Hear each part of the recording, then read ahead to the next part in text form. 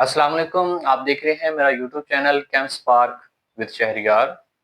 आज हम lecture number 4 को डिस्कस करेंगे, जिसमें हम पढ़ेंगे फॉरवर्ड रिएक्शन और रिवर्स रिएक्शन में क्या डिफरेंस है, फॉरवर्ड रिएक्शन और रिवर्स रिएक्शन में क्या फर्क है। सबसे पहले हम देखते हैं forward reaction. A reaction in which reactant react to form product. ऐसा रिएक्शन जिसमें रिएक्टेंट आपस में रिएक्ट करें, ठीक है, रिएक्टेंट आपस में रिएक्ट करें और रिएक्ट करने के नतीजे में क्या बने, प्रोडक्ट बने। तो उस तरह के जो रिएक्शंस होते हैं उनको हम क्या नाम देते हैं, forward reaction. A reaction in which reactant react to form product. अगर हम रिवर्स रिएक्शन को देखते हैं, a reaction in which product react to form reactant।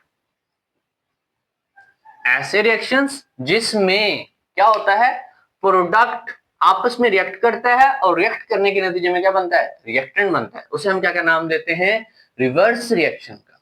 तो पहला पॉइंट क्लियर हो गया आपको कि फॉरवर्ड रिएक्शन वो रिएक्शन होता है जिसमें रिएक्टेंट से प्रोडक्ट बनते हैं, और रिवर्स रिएक्शन वो होता है जिसमें प्रोडक्ट से दोबारा से क्या बन जाते हैं, रिएक्टेंट बन जाते हैं। उन्हें हम क्या कहते हैं, रिवर्स रिएक्शन का नाम देते हैं। सेकंड पॉइंट देखते हैं। फॉरवर्ड रिएक्शन जो है ये टेक प्लेस होता है लेफ्ट टू राइट।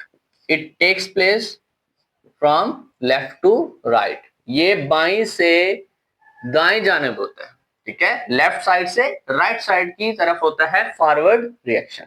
अगर मैं बात करूं रिवर्स रिएक्शन की, तो ये रिएक्शन होता है right to left, right to left. ये दाएं से बाएं जानिब होता है, तो हम इसको कहते हैं रिवर्स रिएक्शन का नाम देते हैं।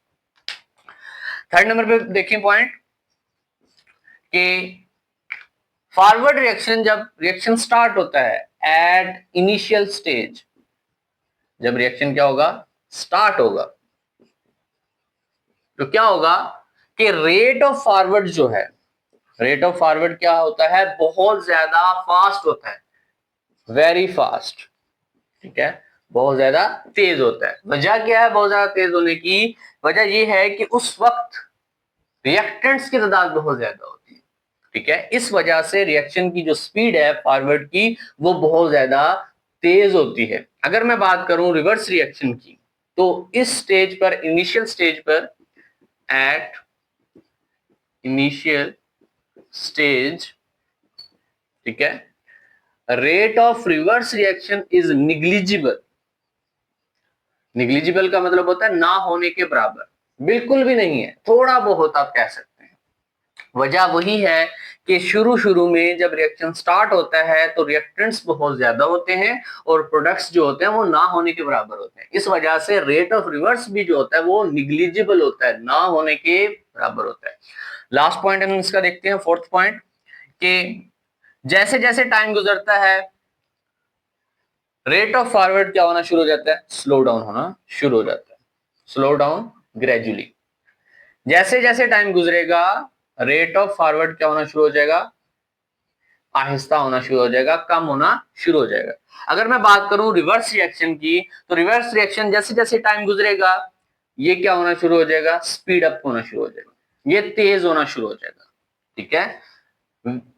अब इसमें क्या बात है कि ये स्लो डाउन क्यों होता है और ये स्पीड अप क्यों होता है, कहते हैं जैसे जैसे टाइम गुजरेगा तो रिएक्टेंट्स की तादाद कम होना शुरू हो जाएगी और प्रोडक्ट्स की तादाद क्या होना शुरू हो जाएगी, ज्यादा होना शुरू हो जाएगी। इस वजह से रेट ऑफ फॉरवर्ड रिएक्शन आहिस्ता हो जाता है, स्लो डाउन हो जाता है, और रेट ऑफ रिवर्स क्या हो जाता है, स्पीड अप हो जाता है, ठीक है।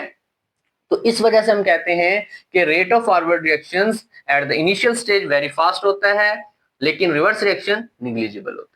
जैसे जैसे टाइम गुजरेगा rate of forward reaction slow down होना शुरू हो जाएगा और रेट ऑफ रिवर्स रिएक्शन जो है वो स्पीड अप होना शुरू हो जाएगा, और एक ऐसा वक्त आएगा कि रेट ऑफ फॉरवर्ड और रेट ऑफ रिवर्स एक दूसरे के इक्वल आ जाएंगे, तो हम उसको कहते हैं, वो कौन सी स्टेज है, डायनामिक इक्विलिब्रियम का नाम देते हैं।